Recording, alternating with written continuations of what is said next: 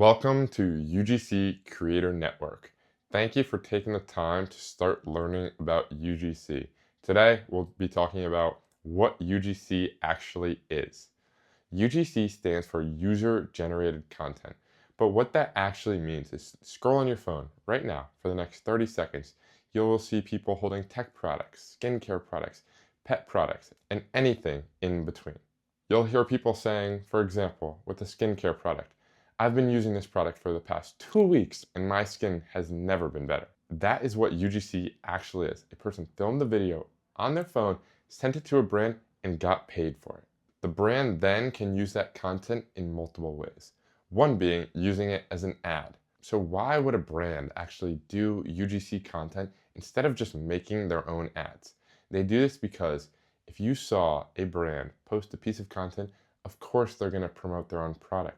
Nobody trusts the brands, but they trust people like you and I. And that's the whole psychology behind UGC. Brands do not actually care about your following, about your audience. They care if you can create good content via your phone. The video is the product. Creators are making anywhere from $150 to $500 off every single video they post. And in the next lesson, we'll be talking about how creators are actually getting paid.